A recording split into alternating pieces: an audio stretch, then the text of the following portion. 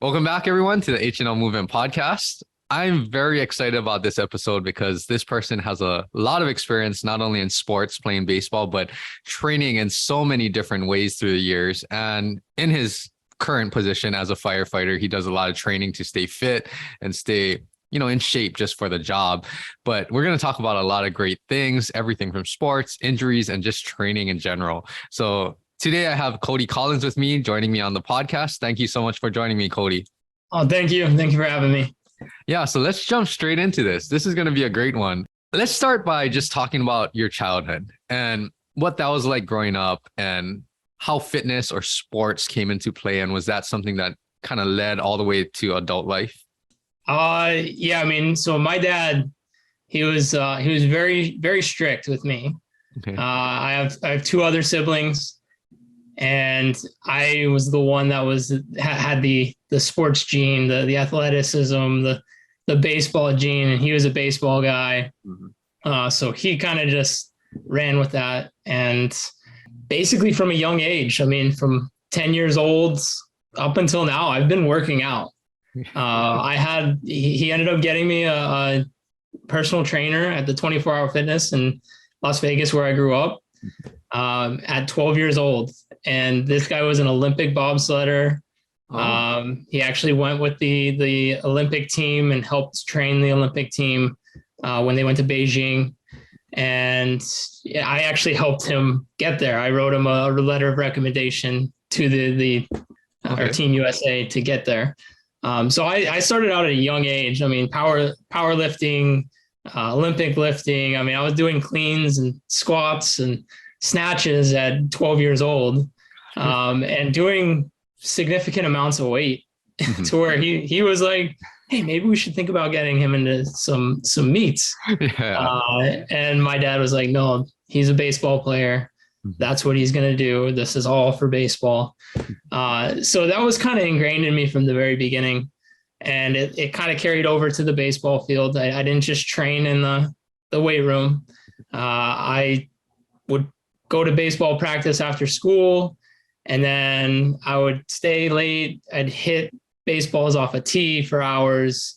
My dad would throw to me for hours, and then I'd go to the gym after that. And then for me, it didn't even end there. I would go home and stretch afterwards, or I was a catcher. And our rooms were carpeted. So this is kind of something that he actually would get mad at me, but our rooms were carpeted. So I would put my shin guards. I had an extra pair underneath my bed. Uh-huh. So I would go put those on at like 9:30 at night. And I would work on my skills in my room.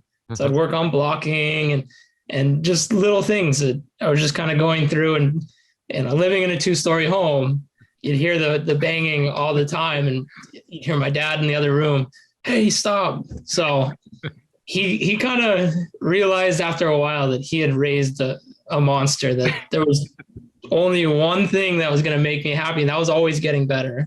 And now I'm in my 30s, and I look back and I'm like, man, I really beat myself up. My body is now feeling it. Mm-hmm. I'm now feeling it every day from putting myself through just hours and hours of training. Uh-huh. That's super interesting. Yeah, that's super interesting to hear. Just how early you started all of this, and it was just innately part of you, right? That you just had this desire, like it was your passion and you just wanted to keep going, right? Are you the youngest, oldest, middle child out of your siblings? Middle child. Middle child. Got it. So you kind of mentioned that your dad kind of had this relationship with you because you guys were both baseball guys, right? Mm-hmm. But thinking back, so when you started doing the strength and conditioning aspect and you still had practices and all of these other things, right?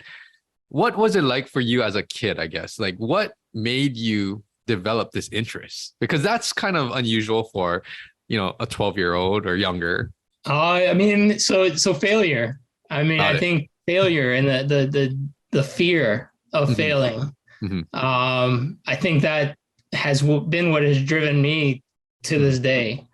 So when I was 10, we moved to Vegas when I was like 8. We moved from Oregon, and Oregon is a place I couldn't play baseball year round. I couldn't be active year round. Yeah.